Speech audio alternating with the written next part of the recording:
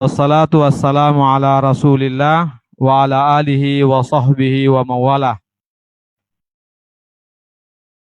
Bapak Ketua Umum Pimpinan Pusat Muhammadiyah, Bapak Profesor Dr. Haji Haidar Nasir MSI, yang sama-sama kita muliakan, para pimpinan Muhammadiyah, pimpinan perguruan tinggi, pimpinan amal usaha yang bergabung dalam pengajian Zoom meeting yang dilakukan oleh keluarga besar Universitas Muhammadiyah Parepare bekerja sama dengan pimpinan daerah Muhammadiyah Parepare termasuk Lazismu Kota Parepare. Ini adalah pertemuan terakhir dari pengajian Iktikaf Ramadan 1441 Hijriah. Di malam ke-30 Ramadan ini, keluarga besar Universitas Muhammadiyah Parepare merasa berbahagia bisa kita ketemu semuanya. Ada dari Sumatera, ada dari Jawa, Sulawesi Tenggara, banyak para yang maha terpelajar, para pimpinan perguruan tinggi, tokoh dan angkatan muda Muhammadiyah se-Indonesia bergabung.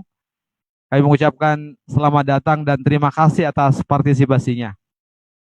Mari kita mulai kegiatan ini dengan bersama-sama membaca basmalah. Bismillahirrahmanirrahim. Selanjutnya kita dengarkan sambutan singkat yang akan diantarkan oleh pimpinan daerah Muhammadiyah Kota Parepare, Bapak Dr. Amaluddin M. Hum. Kepada beliau dipersilahkan. Di mana Amaluddin?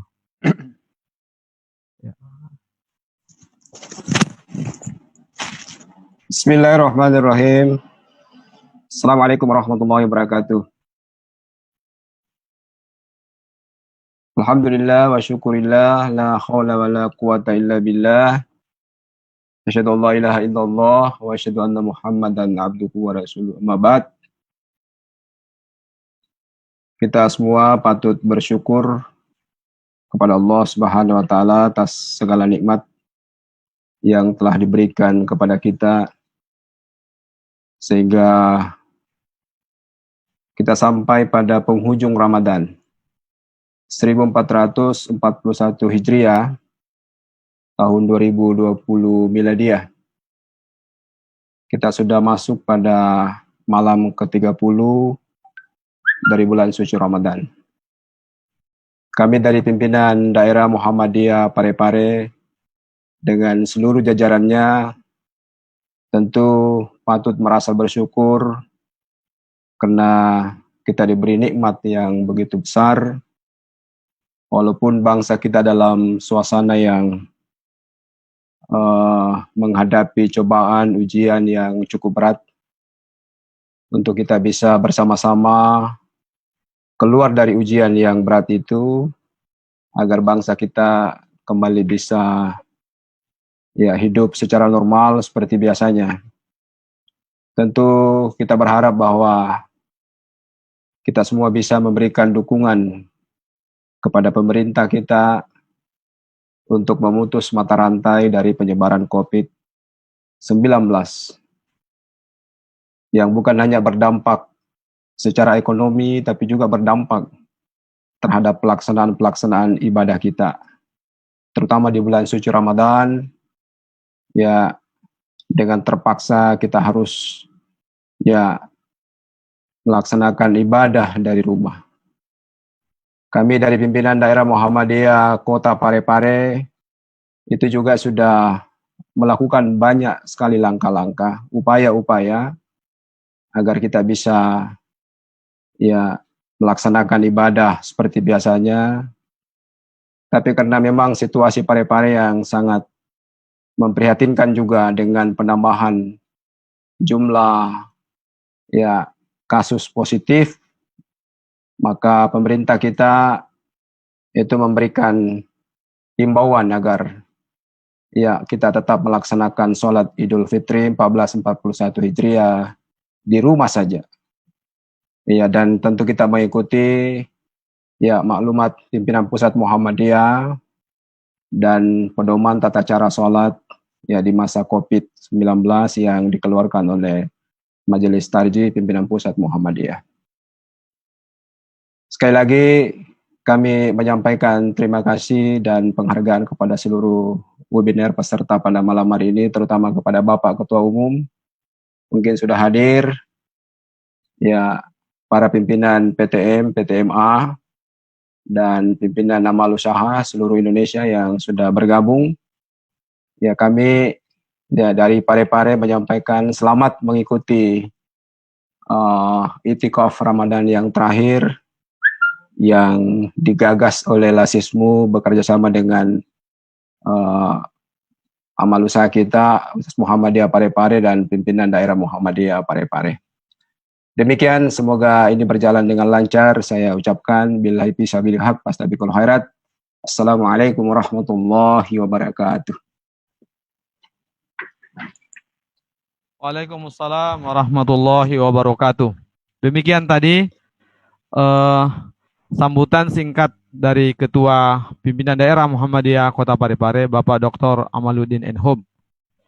Bapak Ibu sekalian yang mulia, Bapak Ketua Umum Pimpinan Pusat Muhammadiyah, Bapak Profesor Dr. Haji Haidar Nasir, MSI. Tema kita malam ini yakni tentang ta'awun untuk negeri. Istilah ini sudah sering kita dengar, tapi masih sangat relevan untuk kita internalisasi dalam diri kita, apalagi berhubungan dengan kondisi sekarang ini menghadapi masa pandemik COVID-19 ini. Untuk efisiensi waktu, kami persilahkan yang mulia, yang kita sama-sama cintai, Bapak Profesor Dr. Haji Haidar Nasir, MSI, Ketua Umum Pimpinan Pusat Muhammadiyah. Kepada beliau kita undang dengan hormat.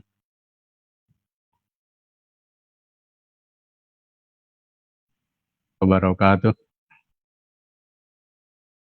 Assalamualaikum warahmatullahi wabarakatuh.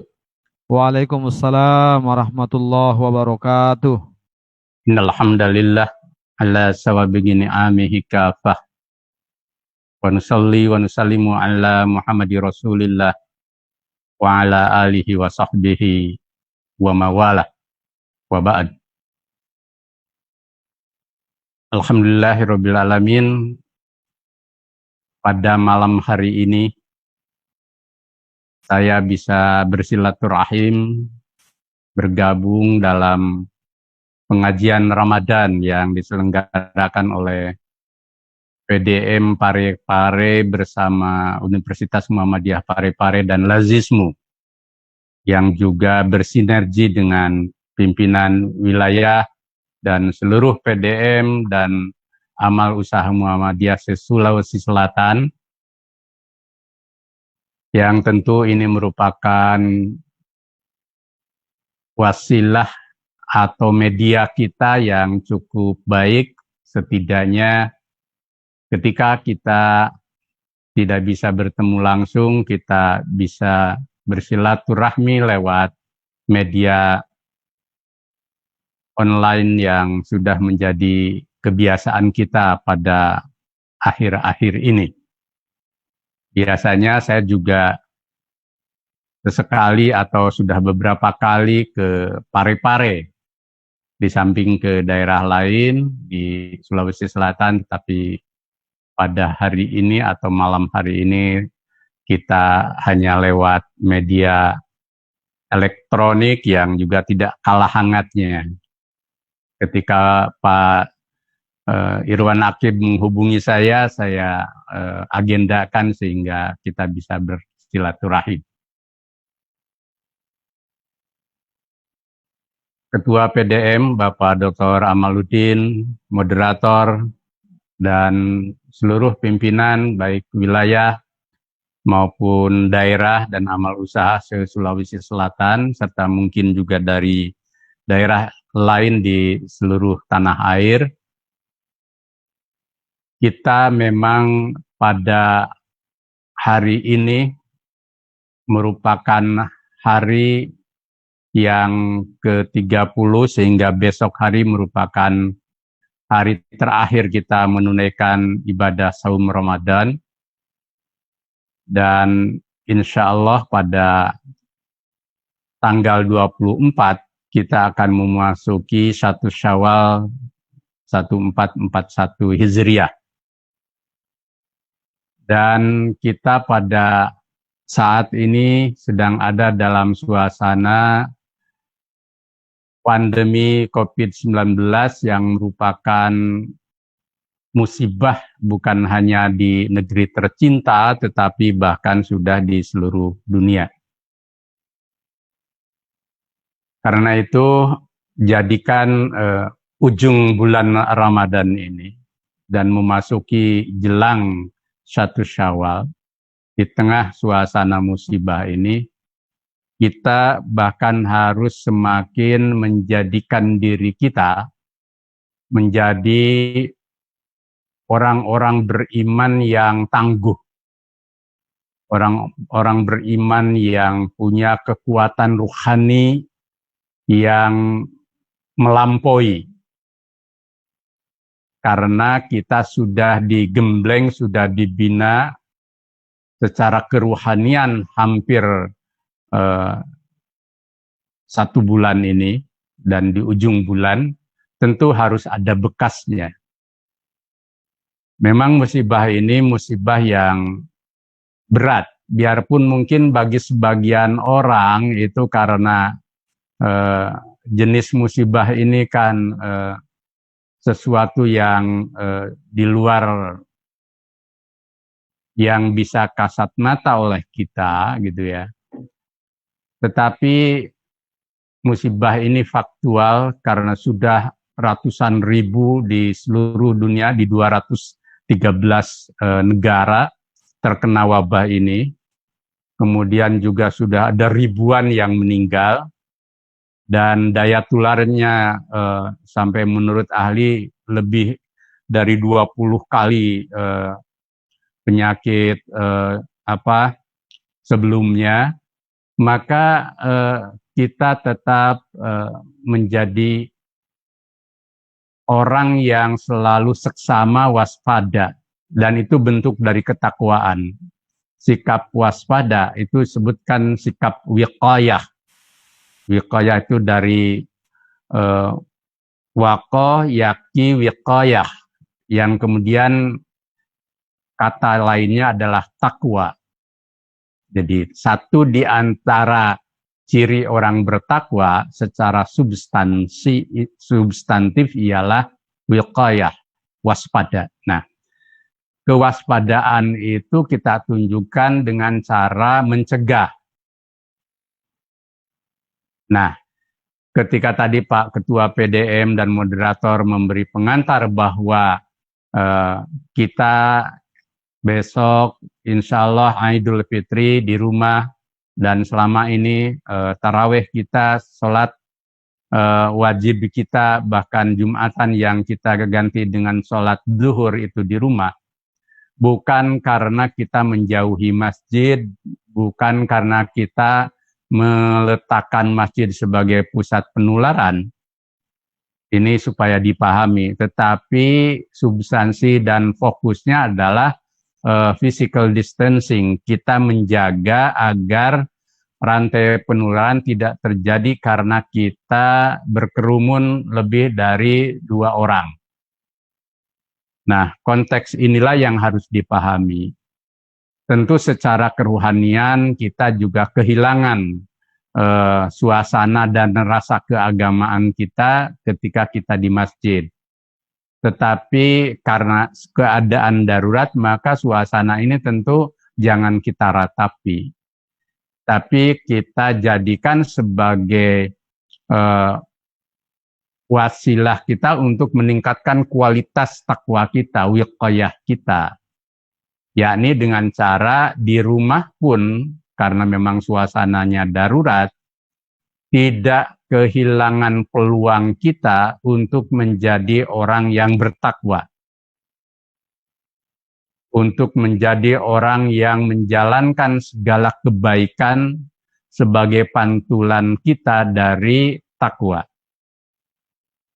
La'allakum tattaqun yang dituju oleh puasa itu kan sesungguhnya dimensinya hablum minallah dan hablum minannas yang melahirkan kesalehan kita secara pribadi dan menampilkan kesalehan bagi orang lain. Dan kesalehan itu lahir karena taqarrub kita kepada Allah. Di surat Al-Baqarah 177, di surat Ali Imran 134, dan seterusnya, itu kata-kata dan definisi takwa itu dijabarkan dalam dua dimensi. Dimensi iman, iman kepada Allah, kepada Rasul, kepada malaikat, kitab suci, dan nanti kalau dalam hadis kita masukkan iman kepada qada dan takdir, itu dimensi bertakwa. Nah, iman pada qada dan takdir itu kan bagian dari ketakwaan kita. Salah satu di antara qada dan takdir ini adalah pandemi ini. Kita tidak menginginkannya, siapapun tidak menginginkannya, tapi itu terjadi. Maka dalam Islam bagus sekali istilahnya kan, musibah dari asoba. Ma asoba min musibatin illa biidnillah.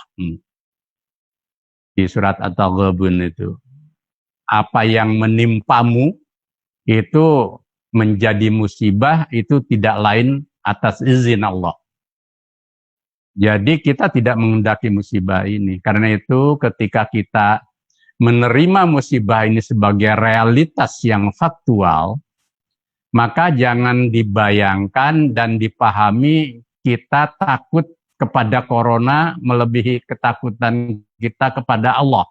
Nah, kesimpulan seperti itu tidak pas, baik secara argumen faktual maupun argumen keilmuan, bahkan dari argumen keimanan. Karena apa?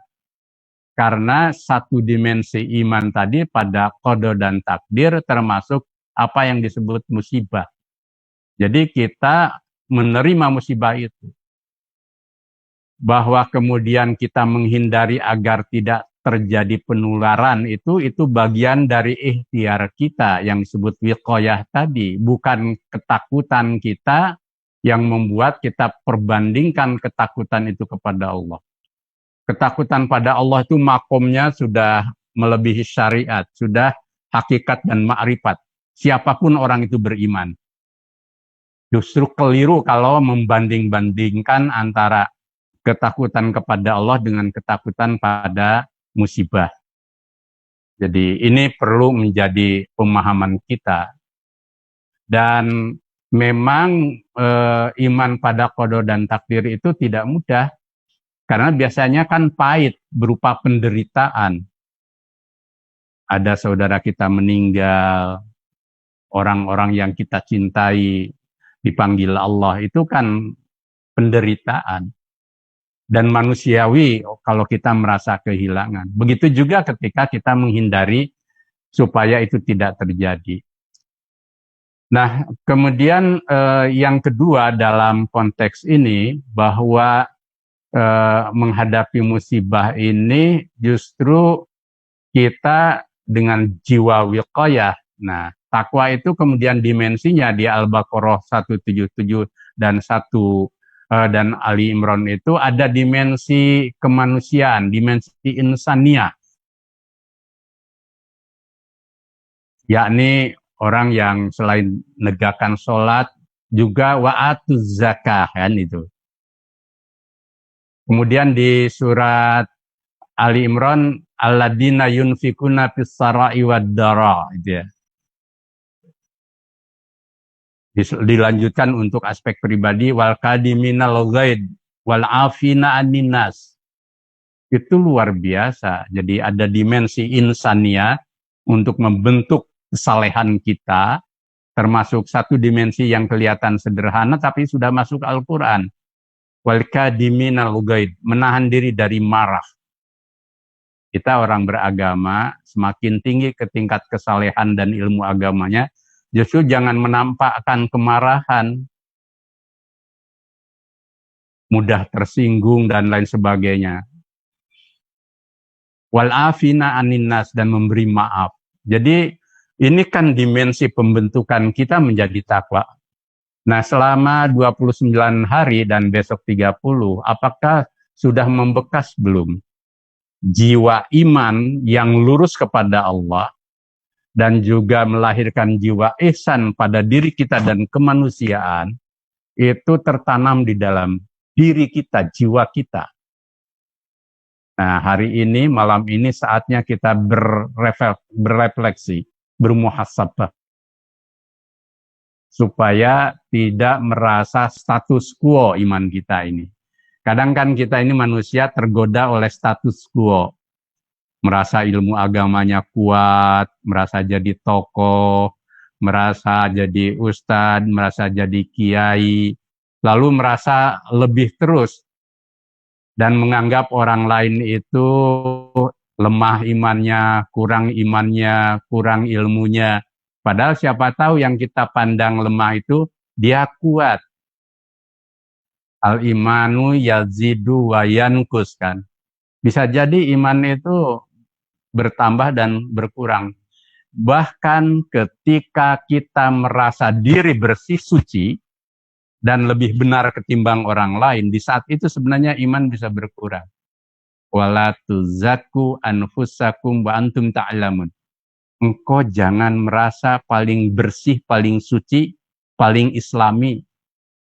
Padahal engkau tahu gitu ya, bahwa siapa yang paling bertakwa itu. Jadi hati-hati dalam keimanan yang hakiki, itu kita merasa paling beriman itu perlu wiqayah. Nah, saatnya kita meninjau cara kita beriman itu. Nah, bagaimana realisasi takwa dalam kehidupan, itu satu dimensi adalah ta'awun. Nah, seperti yang diangkat oleh pimpinan daerah UM dan juga Lazismu Parepare untuk pengajian kita malam hari ini. Ta'awun. Ta'awun itu bagian dari keislaman, bagian dari jiwa iman kita, dan bagian dari ihsan kita. Rujukannya banyak, satu di antara yang paling populer di surat Al-Maidah, potongan ayat di tengah itu, wa ta'awanu 'alal birri wat taqwa wa la ta'awanu 'alal ismi wal udwan. Dan hendaklah engkau bekerja sama dalam kebaikan dan takwa.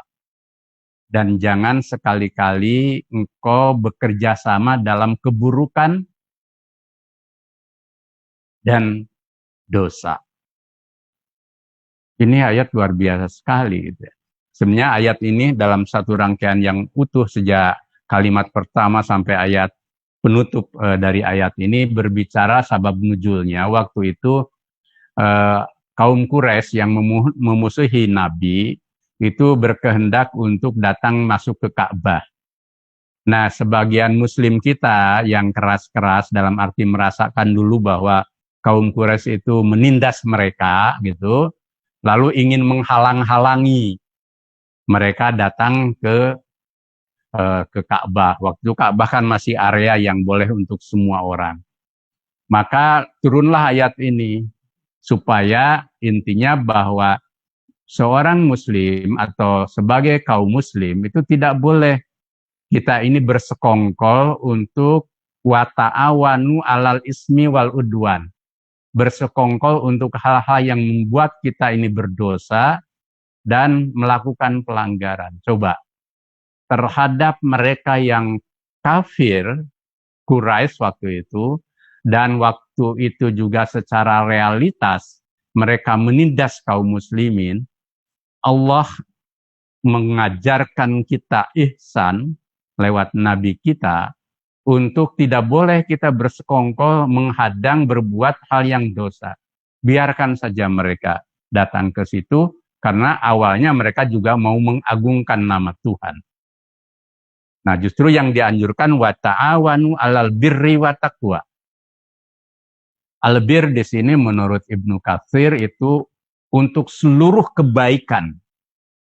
Baik yang itu dalam nas Al-Qur'an atau wahyu Allah diturunkan tentang kebaikan, dalam kebaikan yang ma'rifat itu dalam arti Islam, maupun kebaikan yang diterima orang banyak sebagai bagian dari sunatullah, itulah yang disebut dengan al-bir.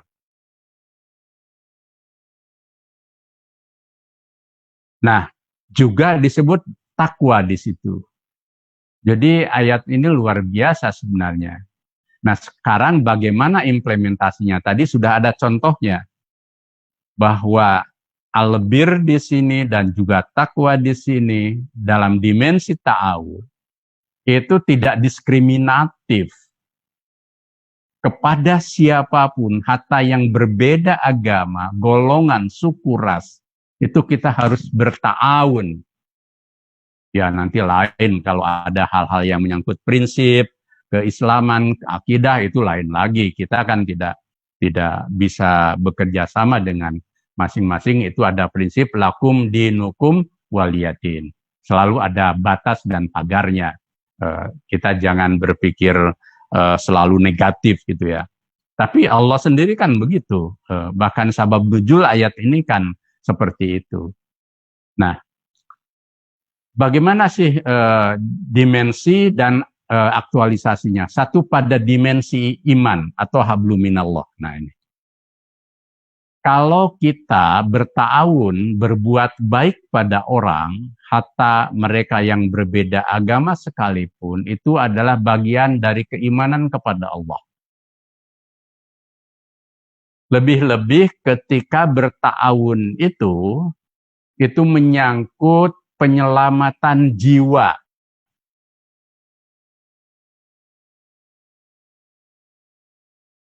Menyelamatkan jiwa itu bagian dari maqasidus syariah. Termasuk mencegah supaya penularan COVID-19 ini tidak meluas dan mencegah orang untuk terkena positif bahkan sampai meninggal. Itu bagian dari maqasidus syariah kita, bagian dari menyelamatkan jiwa kita. Dan itu bagian dari sikap keberimanan kita dalam hal ta'amul. Artinya apa? Atas nama iman, kita perlu empati terhadap orang lain, dan jangan kita ini anania. Anania itu sikap egois, termasuk egoisme atas nama agama, yang menyebabkan hati kita ini tidak hidup untuk berempati pada orang lain. Supaya konkret saya ambil contoh begini, Pak Moderator. Coba bayangkan sekarang yang terkena positif saja. Yang terkena positif itu sampai harus dikarantina kan. Dikarantina pribadi, dikarantina di rumah sakit, itu tidak nyaman. Kita saja yang sehat di rumah selama COVID-19 menyebar itu kan rasanya biasa pergi leluasa, harus di rumah ini. Biarpun nikmat di rumah, tetapi kan merasa dipenjara juga dalam tanda petik. Ini dalam keadaan sakit tidak boleh ditengok, sampai makanan pun hanya dihantarkan ke pintu untuk diambil. Tidak ada sakit yang kesepian seperti itu baru sakitnya. Yang meninggal, Bapak, Ibu, dan saudara sekalian, itu lebih menderita lagi. Biarpun kalau yang sudah meninggal tentu tidak terasa. Tapi meninggal karena COVID itu bahkan di saat sekarang sebenarnya kan tidak semua orang bisa menengok dan boleh menengok. Bahkan jenazah saja itu kan dilapisi plastik berkali-kali. Tidak ada jenazah yang dilapisi seperti itu. Dan ketika dihantarkan, dibawa ke pemakaman, itu tidak banyak orang mengantar. Bahkan coba kita bayangkan ada dokter, tenaga kesehatan, sekarang sudah 43 yang meninggal di Indonesia. dia bertugas pergi dari rumah dalam keadaan biasa, dia tidak kembali lagi ke rumah. Di saat bertugas saja harus pakaian APD yang panas.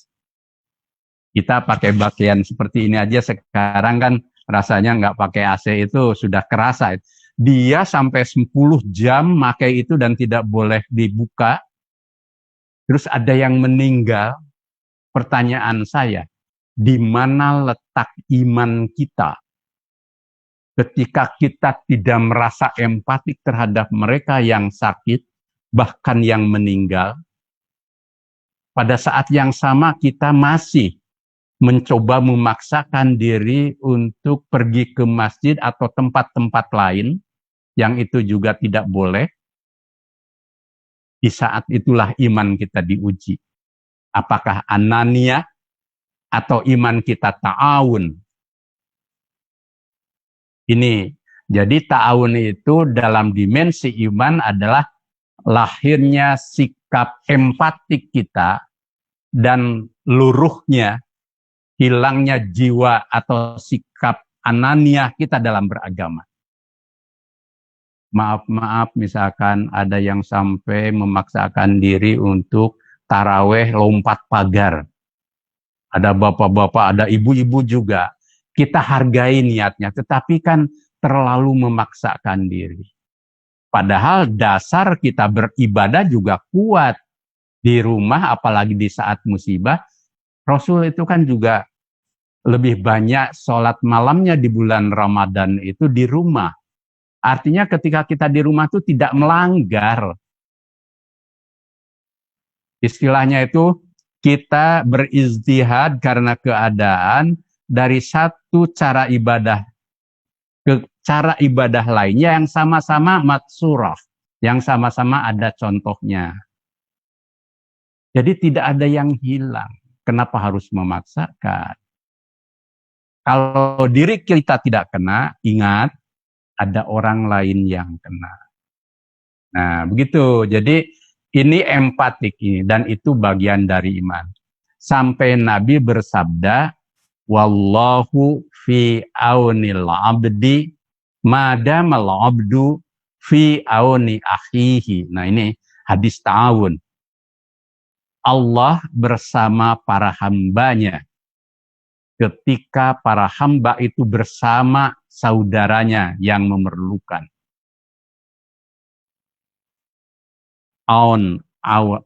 Ta'awun itu juga satu akar kata dengan auna.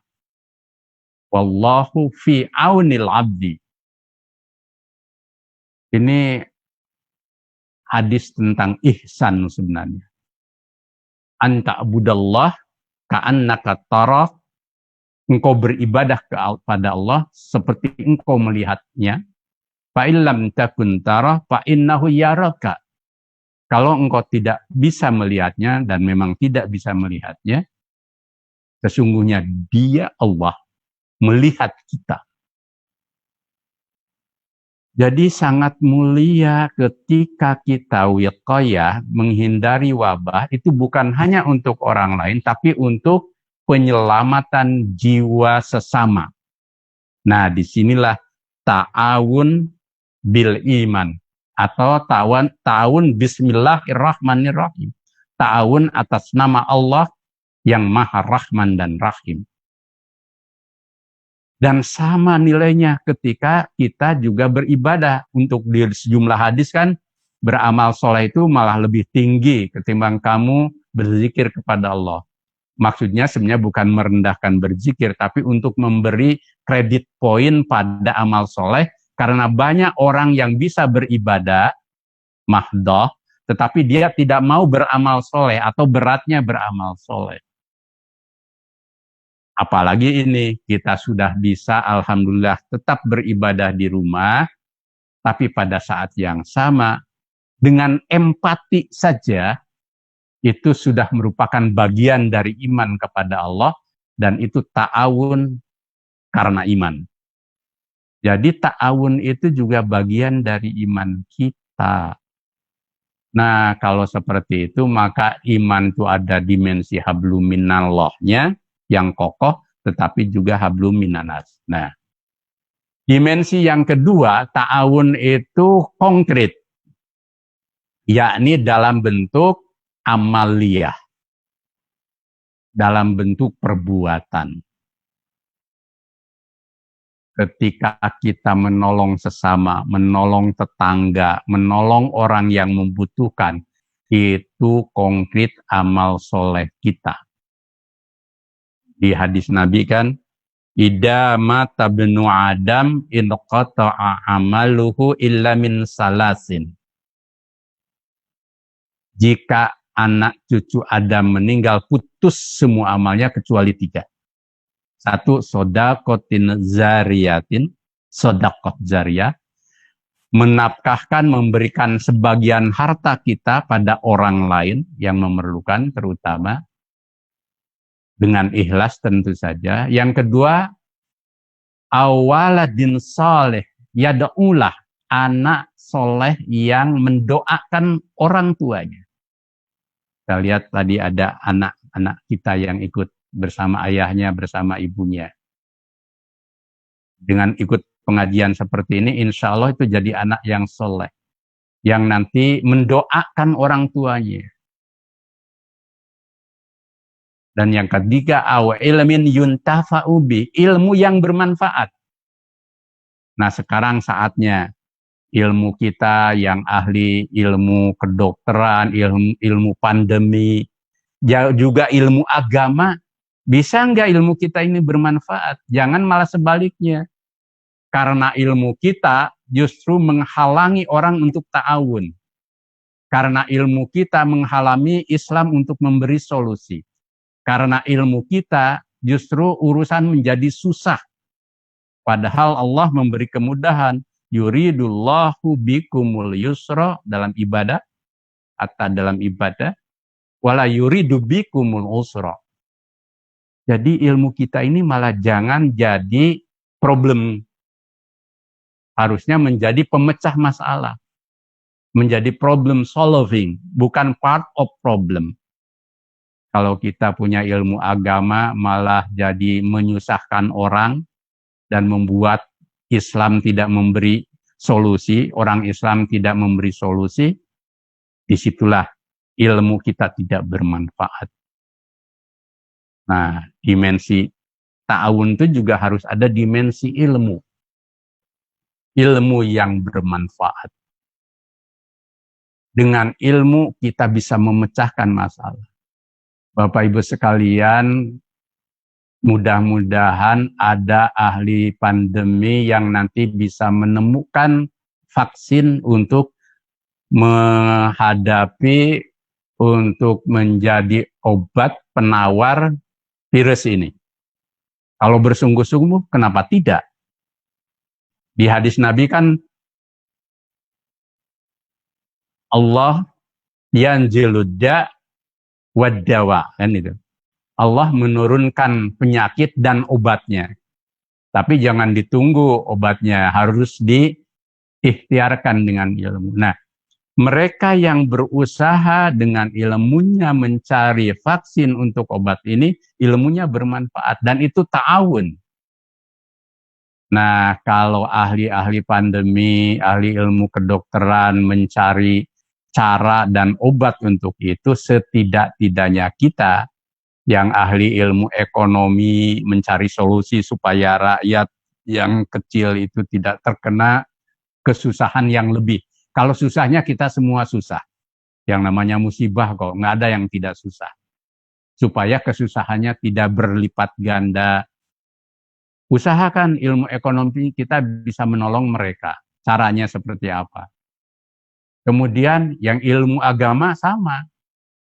Nah, alhamdulillah kan PP Muhammadiyah lewat Tarjih itu mengeluarkan panduan beragama yang mencari solusi dan memberi solusi.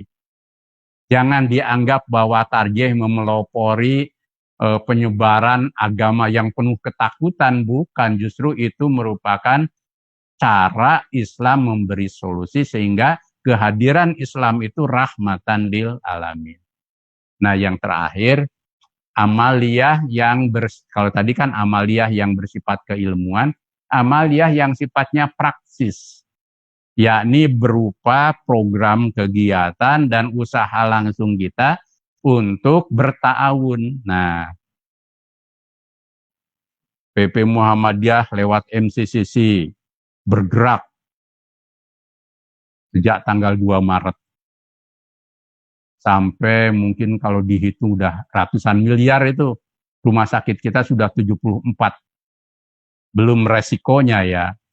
Para dokter dan tenaga kesehatan kita itu sudah tidak dihitung itu. Dengan nilai rupiah itu.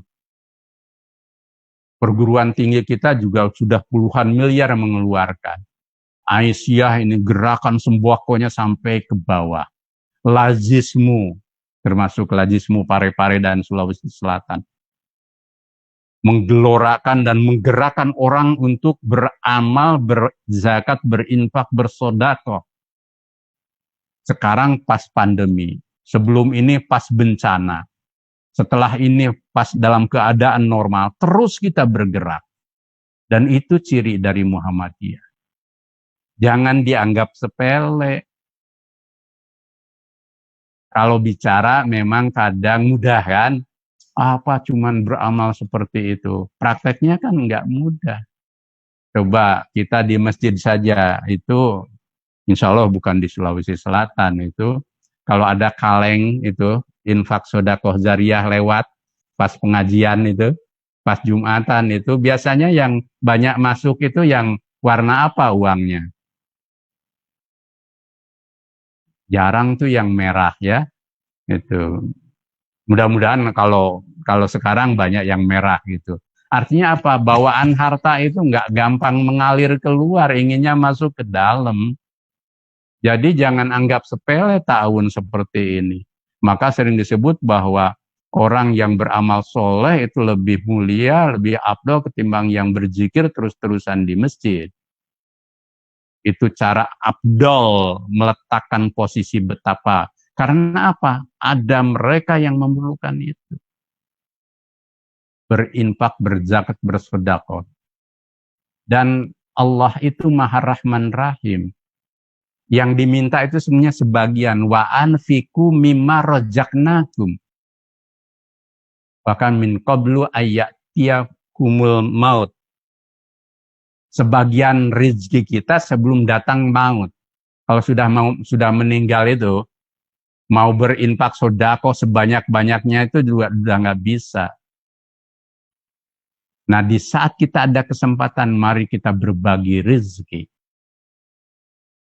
Kalau tidak dengan amal, dengan rezeki, bisa dengan tenaga, dengan pikiran. Tetapi siapapun bisa sebenarnya. Suatu saat ada saudara-saudara yang kurang mampu datang ke Utsman bin Affan. Lalu dia mengeluh, mengadu. Utsman, engkau ini orang kaya. Engkau khalifah. Karena kekayaanmu, engkau bisa berinfak, bersedekah, apa saja. Sementara kami nggak bisa. Tapi juga engkau bisa sholat, bisa puasa, bisa zikir kepada Allah seperti kami. Jadi, saking ingin ada kelebihan. Tapi apa kata Utsman? Iya, saya bisa seperti itu. Tetapi ketika kalian berinfak sedekah sedikit saja, itu sama nilainya dengan yang saya sedekahkan lebih besar. Jadi, yang merasa pas-pasan saja, sebenarnya peluang untuk berinfak sedekah itu ada. Dan nilainya sama tingginya dengan mereka yang berada. Yang penting ikhlas kita mau infak sedekah zariyah. Dan jangan kecil hati. Rezeki Allah itu insya Allah akan terbuka. Cuman kan beda-beda, ada yang kebagian banyak, dan itu pun tergantung juga usaha kita. Maka jangan pernah dalam hal soal harta kita melihat orang lain yang lebih tinggi. Lalu kita merasa kita ini tidak diberi anugerah dan nikmat Allah. Lalu hidupnya menjadi susah dan tidak tumakninah. Nikmati apa yang diberikan Allah untuk kita, dan berikan apa yang kita miliki itu sebagian saja dengan ikhlas untuk berzakat, berinfak, bersedekah. Dan alhamdulillah luar biasa. Untuk acara-acara seperti dulu ada Rohingya misalkan, itu sampai terkumpul 21 miliar Muhammadiyah.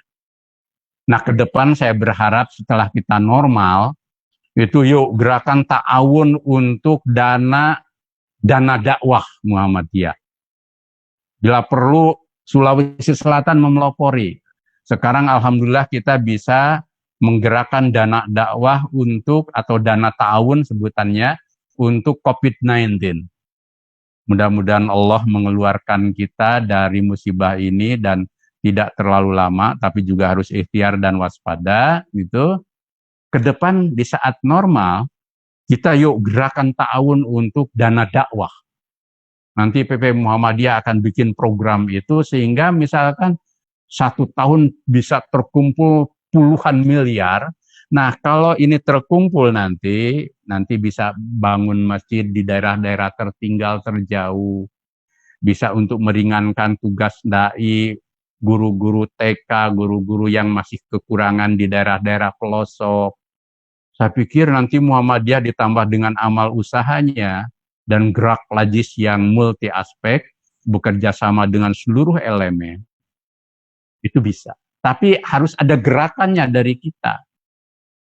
Harus ada panggilan setiap orang itu jangan hanya mengajak dan menyeru, tapi juga berbuat. Kita ingat ajaran Kiai Dahlan. Nah ini di penutup surat Al-Ma'un diajarkan selama 3 bulan. Padahal ayat ini kan pendek. Dihafal mungkin nggak nyampe 1 jam itu hafal. Tetapi kenapa Kiai Dahlan mengajarkan sampai 3 bulan?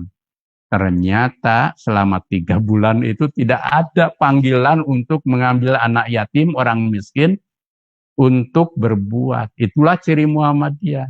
Baru sadar setelah Kiai Dahlan bilang, kalau kalian merasa sudah hafal, kalau kalian merasa sudah mengerti, ambil tuh orang miskin, anak yatim, pelihara oleh kita. Nah sejak itu lahirlah PKO, Penolong Kesengsaraan Umum, yang melahirkan rumah sakit atau poliklinik pertama tahun 23, bahkan ada lahirnya Armenhuis dan Weeshuis, yakni rumah yatim dan rumah miskin. Itu pelopornya Muhammadiyah. Ta'awun kita adalah ta'awun al-ma'un, tetapi harus praktek setiap orang. Coba se-Sulawesi Selatan ada berapa anggota kita, Pak Moderator? Kira-kira. Ada 1 juta? Belum, Prof. Belum. Taruhlah 1 juta lah gitu kan ya. Taruhlah 1 juta atau 750.000. Kalau per bulan mengumpulkan dana ta'awun 10.000, 20.000, 50.000, yang mampu 1.000, wah dahsyat nanti. Sulawesi Selatan lah memelopori. Kan Sulawesi Selatan ini dikenal dengan semangat Muhammadiyahnya yang luar biasa. Saya pikir saya juga tidak rugi nih pakai pecis muktamar ini, itu ya. Pecis muktamar saya pakai. Mari kita gerakan agar kita bisa menghadirkan ta'awun yang nanti kalau dana dakwah kita terkumpul besar, kita tidak lagi cari-cari keluar. Sehingga kita itu nanti yadul ulya laisas yadus sufla. Tangan di atas, bukan tangan di bawah. Juga gerakan entrepreneurnya dihidupkan. Sulawesi Selatan ini kan tradisi entrepreneur, tradisi saudagarnya kan tinggi. Bahkan Pak Yusuf Kalla kan juga pelopor saudagar yang luar biasa. Kita ini kaum muslimin Indonesia, justru Islam dulu menyebar kan dari kawasan-kawasan pantai, pelabuhan, dan itu tradisi entrepreneurnya, tradisi wirausahanya tinggi. Oke, ada yang masuk jadi PNS atau ASN itu juga bagus, yang jadi politisi juga bagus. Lewat negara kita bisa ngambil kebijakan penting untuk rakyat. Tapi juga yang jadi wirausaha juga menjadi sangat penting. Yuk, sekarang kita gerakan itu. Dan itu bentuk agar kita nanti bisa ta'awun. Sehingga meminjam Kiai Dahlan, kita tidak hanya berkata-kata tentang ayat, tetapi mempraktekkan ayat itu. Insya Allah dan mudah-mudahan dengan dimensi ta'awun yang sifatnya imaniyah, keimanan, dimensi ilmiah dengan ilmu, dan dimensi amaliyah, itu Muhammadiyah akan semakin lengkap sebagai harakatud dakwah wa tajdid. Termasuk ini wujud dari al-amru bil ma'ruf wan nahyu anil munkar. Jadi amar ma'ruf nahi munkar itu jangan hanya teriak-teriak menentang ini, menentang itu, tetapi justru berbuat juga termasuk dakwah al-amru bil ma'ruf wan nahyu anil munkar.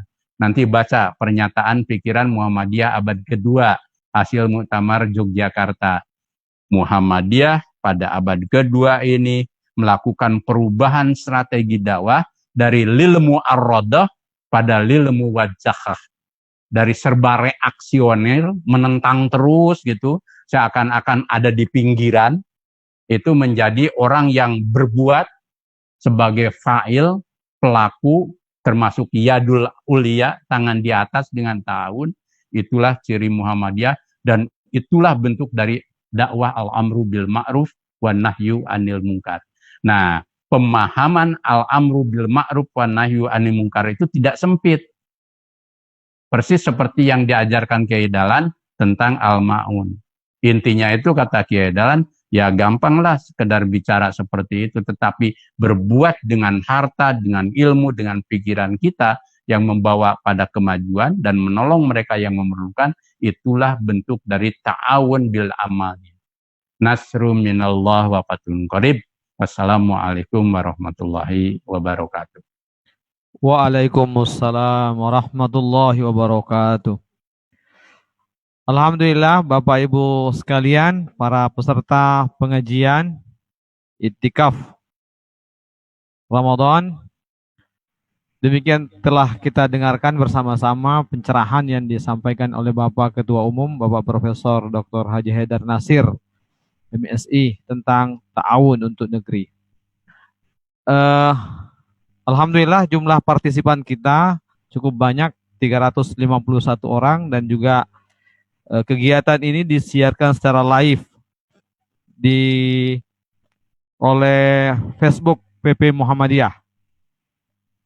Bapak Ibu sekalian, saya persilahkan, mungkin ada beberapa orang yang ingin bertanya, ya supaya ini pengajiannya bertaraf nasional, supaya karena tidak bisa mengakomodir semuanya, kami ada keterwakilan dari Indonesia Timur, Indonesia Tengah, dan Indonesia Barat, karena cukup mewakili semuanya.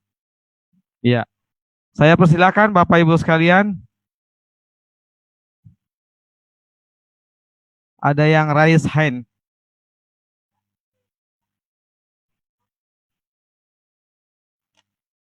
Ya, mewakili Indonesia Tengah dulu dari Pak Hadi Saputra, Ketua Majelis Pustaka dan Informasi Pimpinan Wilayah Muhammadiyah Selatan. Dipersilakan Pak Hadi Saputra.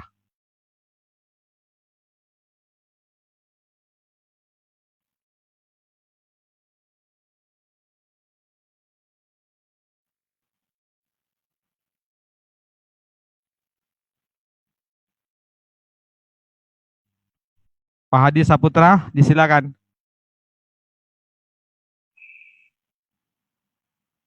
Mana lagi Hadi Saputra?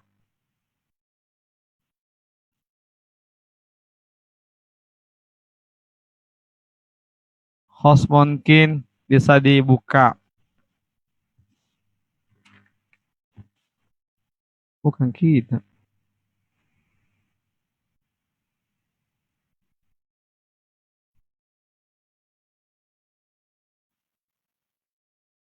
Unmute dulu.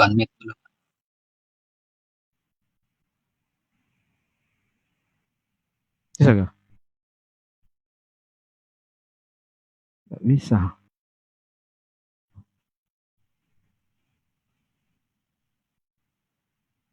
Di sana. Nggak nyambung apa?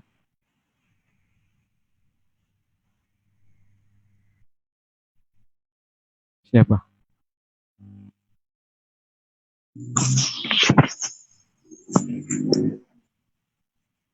Pak Safri Andi Al-Sampuragoi, disilakan.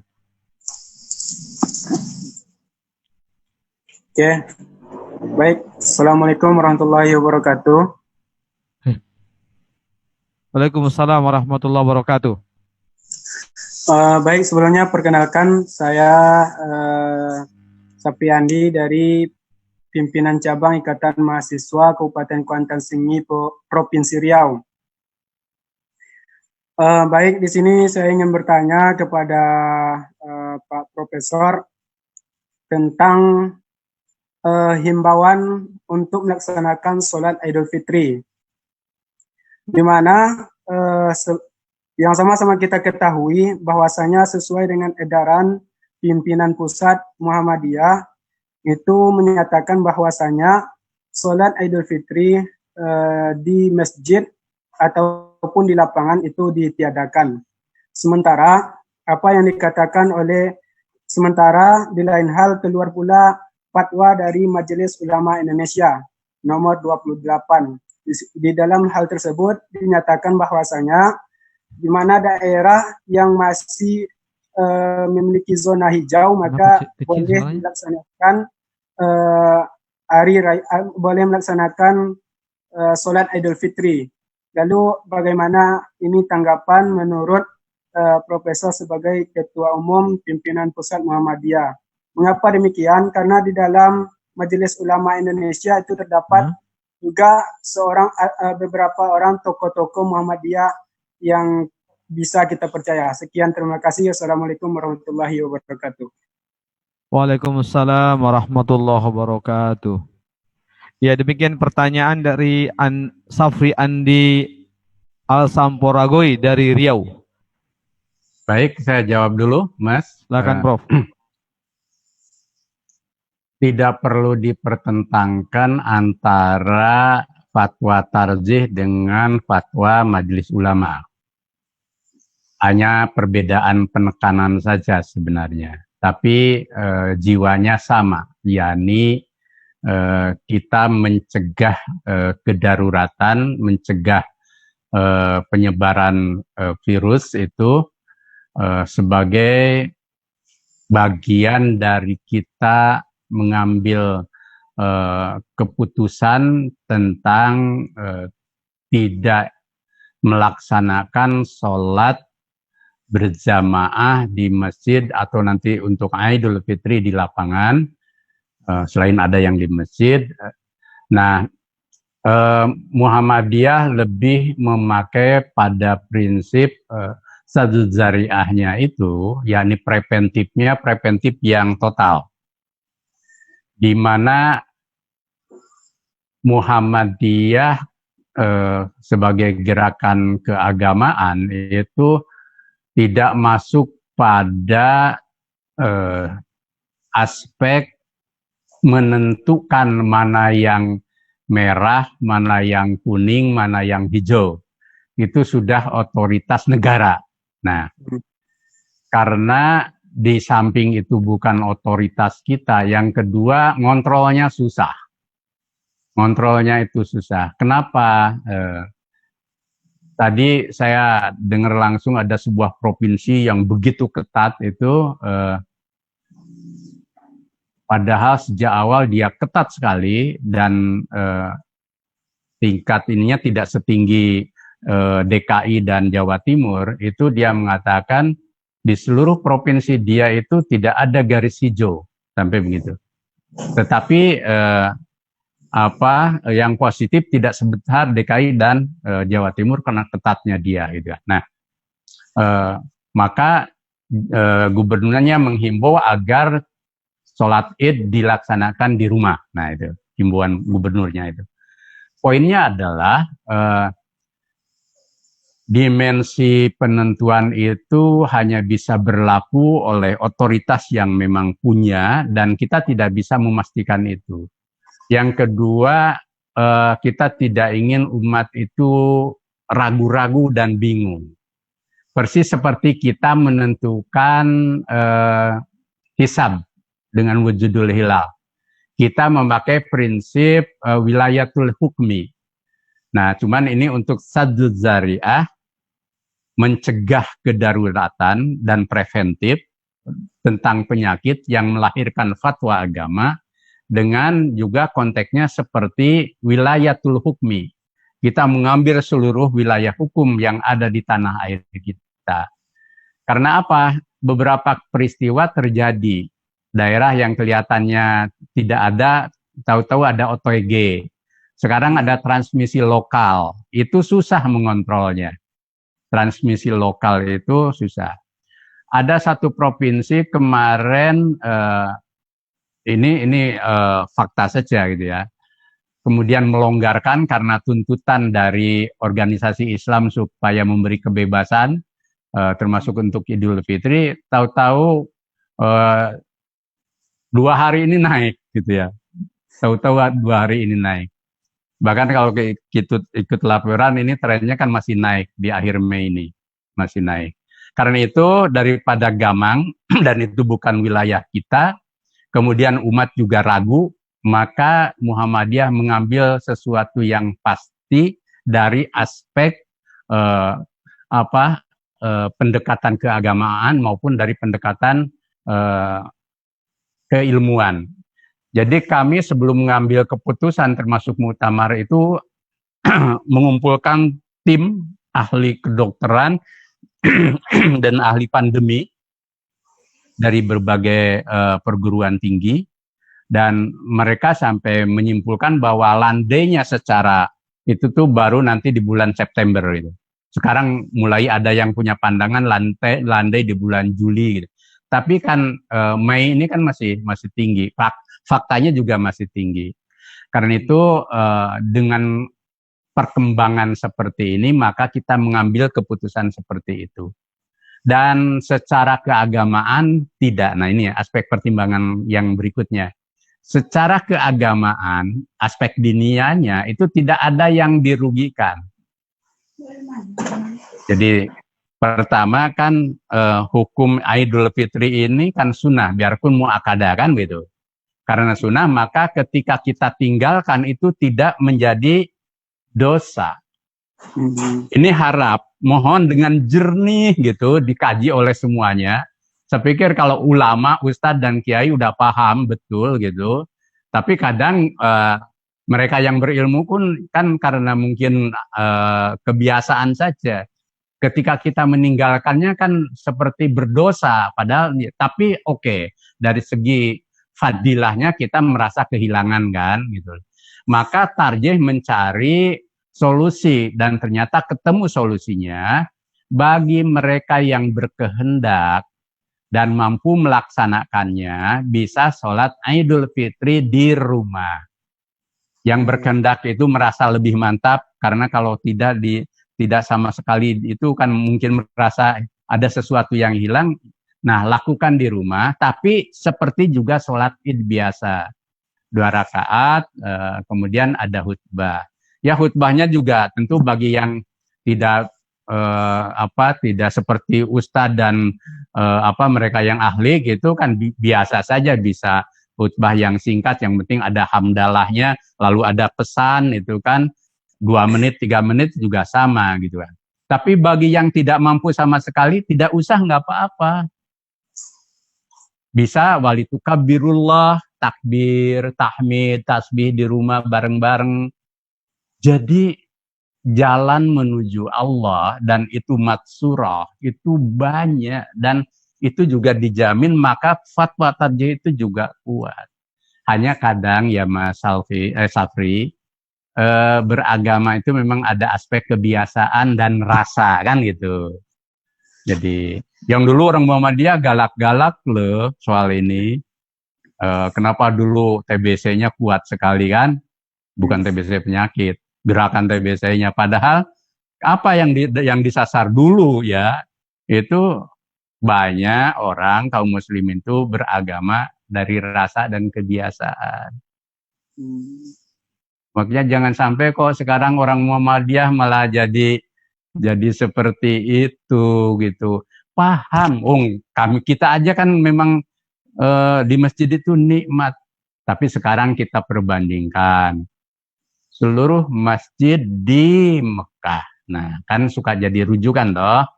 Apalagi dua masjid haram itu, Nabawi maupun Masjidil Haram di Mekah kan juga prinsipnya ditutup dua masjid ini. Yang ada sholat itu mereka yang ada di masjid itu dan memang harus dijaga kan, itu masjid utama. Tapi seluruhnya memang ditutup. Kami punya pimpinan cabang yang kami juga minta informasi langsung setiap saat ke mereka gitu kan. Jadi bahkan sekarang pemerintah Arab Saudi mengeluarkan keputusan untuk jam malam, intinya lockdown, itu sampai 4 hari setelah Idul Fitri tidak boleh keluar. Apakah Saudi Arabia yang punya Masjidil Haram dan Nabawi kurang keberagamaannya? Ulama besar juga di sana. Jadi coba aspek rasa dan kebiasaannya untuk saat ini dialihkan pada aspek ilmu kita dan ijtihad kita dalam beribadah, yang itu koridornya juga sesuai Quran, Sunnah, dan ijtihad. Nah, apa gantinya? Kan manusia itu kan suka ada kompensasinya. Coba buktikan saja sekarang, biarpun tidak di lapang, tidak di masjid, kita ini menjadi lebih bertakwa, itulah. Menjadi lebih bertakwa, setidaknya tiga contoh yang saya sampaikan tadi, yang kita bicarakan sekarang ini. Kalau masih tetap, berarti kan agamanya ya sebatas itu. Suatu saat ada orang yang di bulan Ramadan memaki-maki hamba sahayanya. Nabi dengan penuh santun mendatangi orang itu lalu, "Hai Fulan, makanlah itu makanan yang ada di dekatmu." Orang itu protes, "Nabi, aku sedang berpuasa." Apa kata Nabi? "Rubbas shaim laisa min siyamihi ilal ju' wal 'atas."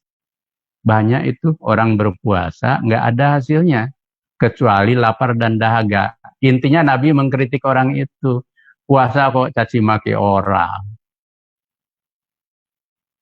Jadi coba, maka yang penting Mas Syafri termasuk di Riau, hentikan silang sengketa, saling menyalahkan, kemudian saling merasa diri paling benar. Nah sekarang yang penting di Muhammadiyah. Ikuti instruksi PP Muhammadiyah, insya Allah itu bisa dipertanggungjawabkan dunia akhirat. Apalagi tarjih itu sudah jama'i loh, itu tarjih itu. Bukan fardi, artinya keputusannya itu kolektif. Tinggal sekarang ujian kita berorganisasi. Nah, sampai ke bawah. Bisa enggak ngikuti itu ranting? Juga anggota dan pimpinan Muhammadiyah diuji di sini, Mas Syafri. Pertama, kebijakan PP ini, termasuk hasil dari tarjih, itu di atas din, di atas agama. Pertimbangan situasionalnya juga maqasidus syariah, menyelamatkan jiwa lebih diutamakan ketimbang kita melakukan sesuatu yang sunnah yang bisa kita lakukan di tempat lain. Yang ketiga, kemaslahatan umumnya. Kecuali kalau PP itu membuat pedoman yang menjerumuskan. Kalau seperti itu kan la ta'ata li makhluqi fi maksiatillah. Jangan taat kepada makhluk dalam hal maksiat kepada Allah. Ini enggak ngajak maksiat kok. Nah, yang terakhir, ujian kita berorganisasi. Apa? Kuatnya Muhammadiyah ini karena bangunan sistem organisasinya. Dari pusat sampai bawah. Kalau ada kebijakan, kita ikuti. Coba bayangkan kalau besok kita beda-beda lagi. Ketika kita sudah menetapkan hari raya Idul Fitri, Idul Adha, tahun depan misalkan. Kalau mulai ada pimpinan-pimpinan di bawah karena merasa pinter sendiri, kemudian mufarokoh itu nanti Muhammadiyah hilang eksistensinya sebagai jam'iyah. Maka, nah ini, di Muhammadiyah ini harus ada aspek apa? Komitmen. Saya ini nggak ada apa-apanya dibanding organisasi. Sehebat Ketua Umum PP Muhammadiyah, wilayah, daerah, cabang, ranting, itu bisa datang dan pergi. Kita ini hanya memperoleh amanat kok. Dan kita ini punya kekurangan, tetapi karena kolektif, insya Allah bisa tertutupi. Karena itu ketika kita ngambil keputusan, itu untuk kemaslahatan umum. Dan itu bisa dipertanggungjawabkan. Jadi kalau masih ada 1-2 anggota, kader, pimpinan masih ingin sendiri-sendiri, menurut saya dari lubuk hati yang paling dalam dan dengan kerendahan hati, mari belajar berjamaah dan berjamiah dengan baik. Insya Allah tidak akan kehilangan kok. Misalkan kalau yang masih protes itu ilmunya tinggi, dengan mengikuti kebijakan PP itu tidak akan turun ilmunya. Wibawanya juga insya Allah tidak akan turun. Tapi kuncinya apa? Lillahi ta'ala dan ikhlas dalam berorganisasi. Begitu Mas Safri ya. Makasih. Ya, demikian untuk Mas Safri ya. Semoga puas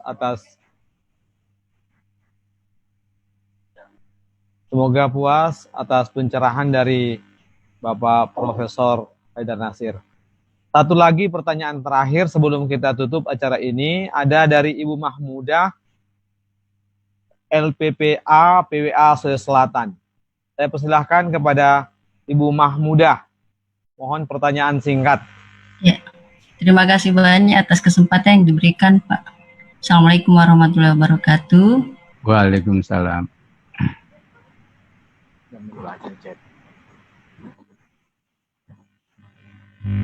Prof,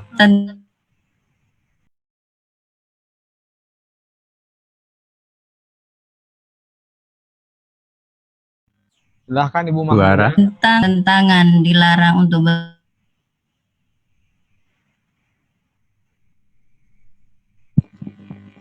Oh, kendala sinyal kayaknya Ibu Mahmudah.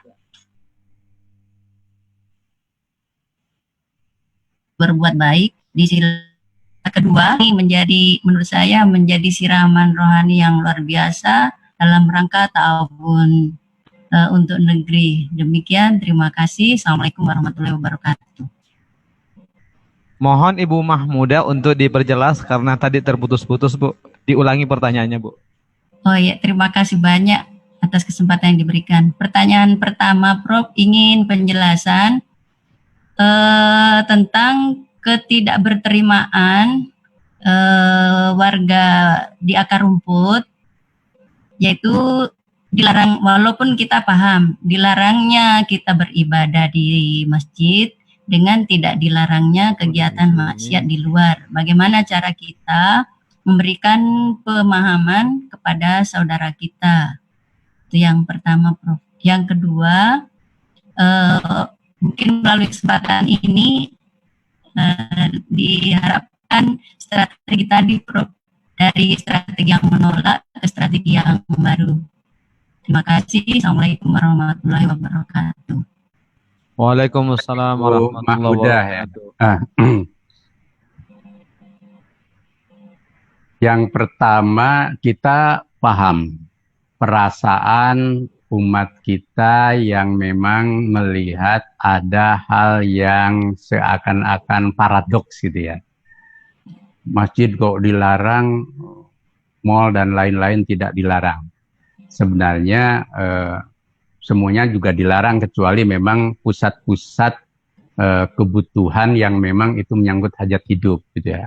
Kan ada berapa 11 item itu yang dibolehkan oleh negara. Karena memang kehidupan kita kan tidak boleh berhenti sama sekali gitu ya. Jadi, nah, ada dua aspek cara melihatnya. Yang pertama, aspek aktif kita ini juga meminta kepada pemerintah baik di pusat daerah untuk terus mengontrol agar pusat-pusat publik itu juga jangan sampai juga leluasa seperti itu. Bahkan saya pernah membuat pernyataan keras, mungkin nanti bisa dibaca itu.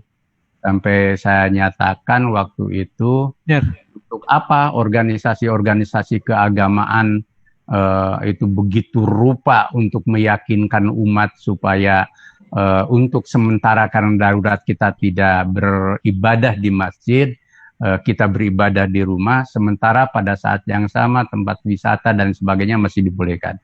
Kalau seperti itu, negara abai terhadap realitas keumatan. Nah, kita bersuara nahyu mungkar juga. Nah, ternyata ada dampaknya itu. Habis itu kan kemudian ketat sebenarnya. Jadi, nah cuman di beberapa tempat, nah ini sekarang mulai terjadi lagi itu. Terjadi lagi karena mungkin juga pemerintah niatnya baik, melonggarkan di beberapa hal, transportasi, kemudian perhubungan itu kadang kontrolnya kurang kuat. Yang kedua, disiplin masyarakat itu juga tidak tumbuh gitu ya. Misalkan kayak di pusat-pusat pembelanjaan, bahkan ada orang ingin ngabuburit misalkan. Nah ini menyangkut disiplin masyarakat. Nah ini tugas kita, baik dalam konteks dakwah maupun kita terus ke pemerintah untuk menegakkan disiplin. Ini persoalannya persoalan disiplin aja yang memang masyarakat kita tuh lemah. Nah, yang berikutnya dari aspek sikap kita itu dalam hal berbuat baik, itu jangan kita tergoda mengikuti hal yang buruk. Jadi kalau kita sudah disiplin, masjid tidak, jangan pernah merasa rugi ketika di tempat lain masih ada yang longgar. Kalau kita ikut-ikutan itu malah kita menjadi ikut pada sesuatu yang buruk. Nah, ini perlu ditanamkan. Kita masjid sudah bagus, tertib, disiplin semuanya. Biarpun di sana-sini masih ada yang tidak disiplin juga gitu. Tapi ketika ada ruang-ruang publik yang masih longgar, kita malah jangan ikut-ikutan yang longgar. Ya persis seperti kita di sekolah kan dulu kecil.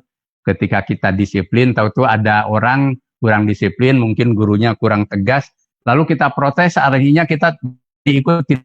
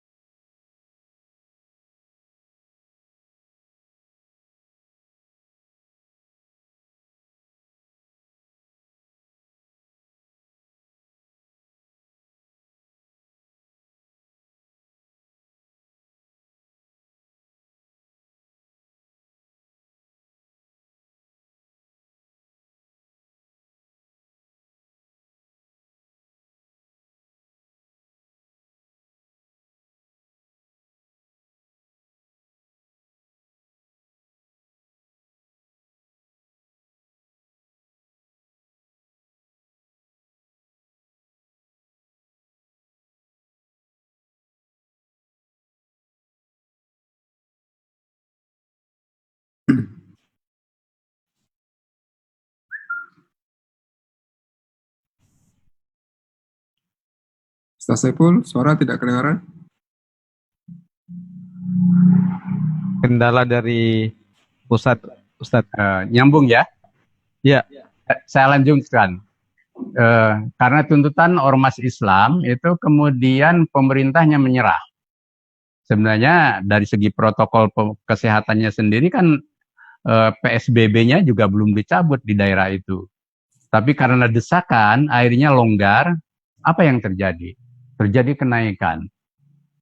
Nah, pengalaman ini buat kita jangan lalu malah ketika yang lain tidak disiplin lalu kita melonggarkan untuk ikut tidak disiplin, malah kita menjadi contoh tidak baik. Istilahnya sudah kalau kita berbuat baik dan itu kita yakini kebaikan itu maslahat untuk diri kita dan orang lain. Kalau di sana sini ada orang yang masih belum berbuat baik, ya tugas dakwah kita untuk meluruskan dan lain sebagainya. Nah, tapi kadang Bu Mahmudah itu ada istilahnya secara logika itu logika post factum gitu ya. orang itu kalau memang mau cari-cari celah untuk tidak taat, itu taat pada organisasi, taat pada pimpinan, ada saja gitu godaannya itu. Jadi ada celahnya gitu kan, untuk khilah gitu kan, ya, Bu Mahmudah mesti paham. Jadi orang mesti ada celah untuk khilah, untuk menghindar. Lalu cari-cari seperti itu. Kalau menurut saya marwah kita di situ. Kalau sudah firm, sudah kita istiqomah di situ, ya sudah. Kalau ada orang lain masih tidak disiplin, tugas kita berdakwah, tapi jangan mengubah perilaku kita yang sudah baik. Nah, itu jadi. Nah, tugas kita tentu menyampaikan dengan santun, penjelasan, terus. Nah, tugas pimpinan daerah, ranting, cabang untuk terus memahamkan. Siapa tahu di antara mereka memang kurang paham. Bagaimana tentang perubahan strategi dari lil mu'arradah pada lil muwajjahah, itu sebenarnya ya mu'arradah masih tetapi sesuai dengan porsinya. Mana yang tetap kita harus kritik. Jadi Muhammadiyah ini juga menjalankan kritik, termasuk pada pemerintah, pada berbagai pihak. Cuman mohon maaf, ngurus negara ini kan kita tidak cukup sendirian. Muhammadiyah sudah begini, sudah begitu, kan selalu ada bolongnya, selalu ada kelemahannya di aspek pemerintahan, tapi kita tidak boleh berhenti tugas dakwah kita. Tapi lil muwajjahah itu seperti tadi contohnya, bahwa ketika orang tadi disiplin, justru kita tunjukkan disiplin, kita terus berbuat, dan nanti lama-kelamaan orang akan banyak ikut dengan kita. Dulu nggak bayangkan Muhammadiyah ketika awal itu kan ditentang oleh banyak orang. Tapi apa yang terjadi? Tahun 23, bahkan 27 mulai lebih luas lagi. Muhammadiyah satu-satunya organisasi Islam yang lahir di Jogja, dan waktu itu kulturnya kultur kauman gitu, diterima oleh semua masyarakat luas. Sampai ke Papua itu tahun 26 Muhammadiyah sudah ada di Merauke. Di Aceh yang terjauh itu sudah tahun 23 sudah masuk ke situ. Artinya apa? Awal kita itu menjadi gerakan kecil, lama-lama menjadi besar. Siapa tahu nanti ketika kita tetap disiplin dan jangan ikut orang tidak disiplin, lalu itu menjadi pembelajaran buat kita. Nah, lil muwajjahah yang lain itu istilahnya itu kalau dalam membangun kebudayaan, kalau menurut Tarik Ramadan, kita menampilkan al-badil as-saqafi, peradaban alternatif. Jadi ketika orang masih banyak berbuat buruk, kita bikin sesuatu yang baik. Sehingga nanti orang akan mencontoh. Dulu kan ketika kita bikin rumah sakit dianggap aneh. Tapi setelah rumah sakit kita bagus, akhirnya orang ikut. Perguruan tinggi juga begitu. Semuanya begitu. Jadi maka pepatah mengatakan kan lisanul hal afsahu min lisanil maqal. Perbuatan itu jauh lebih hebat ketimbang perkataan. Saya yakin kita akan terus seperti itu, melahirkan dakwah alternatif, biarpun kita merasa kurang. Nah, yang terakhir dalam konteks dakwah alternatif itu menciptakan masyarakat ilmu, Bu. Termasuk di gerakan Aisyah, ibu-ibu, dan sebagainya.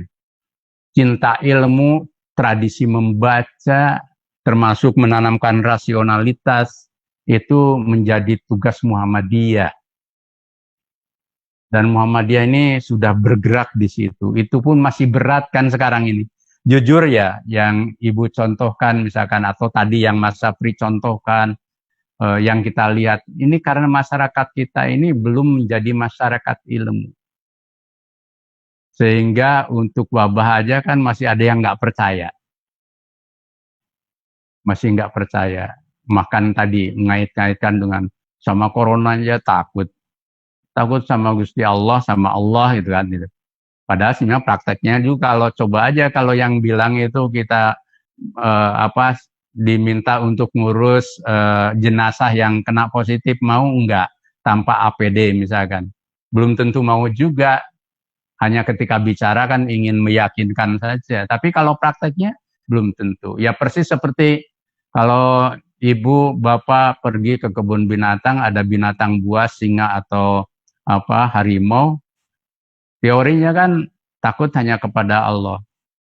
Tapi kan ketika berhadapan dengan harimau, kita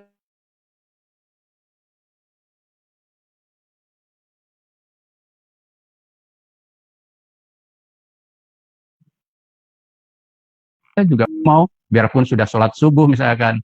Jadi itu sunatullah. Jadi konteks ilmu ini perlu. Jadi tugas kita untuk ilmu wajah itu bagaimana sekarang dan ke depan belajar dari pengalaman pandemi ini, kita terus menyebarluaskan masyarakat untuk cinta ilmu, berpikir keilmuan, dan kemudian menanamkan rasionalitas sehingga antara agama ilmu itu menjadi satu kekuatan baru untuk membangun Indonesia menjadi Indonesia berkemajuan.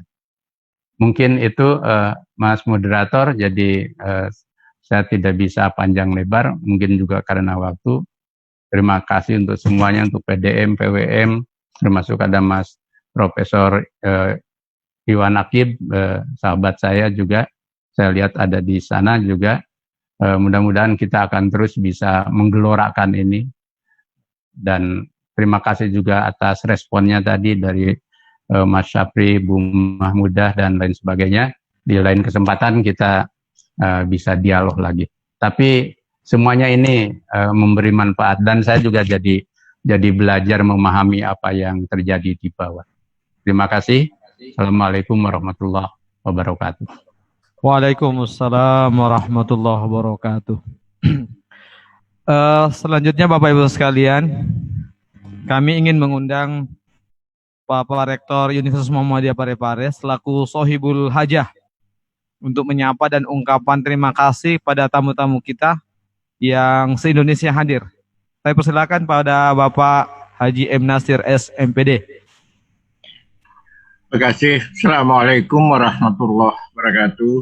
Waalaikumsalam. Alhamdulillah, pada malam ke-30 di bulan suci Ramadan ini, kita mendapatkan pencerahan tentang cobaan yang diberikan Allah kepada kita tentang COVID-19 ini. Perbedaan-perbedaan persepsi yang telah disampaikan tadi, mudah-mudahan dengan penjelasan dari Bapak Ketua Umum Pimpinan Pusat Muhammadiyah, itu memberikan pemahaman kepada kita untuk taat kepada aturan-aturan organisasi, sehingga kita betul-betul bisa merasakan bahwa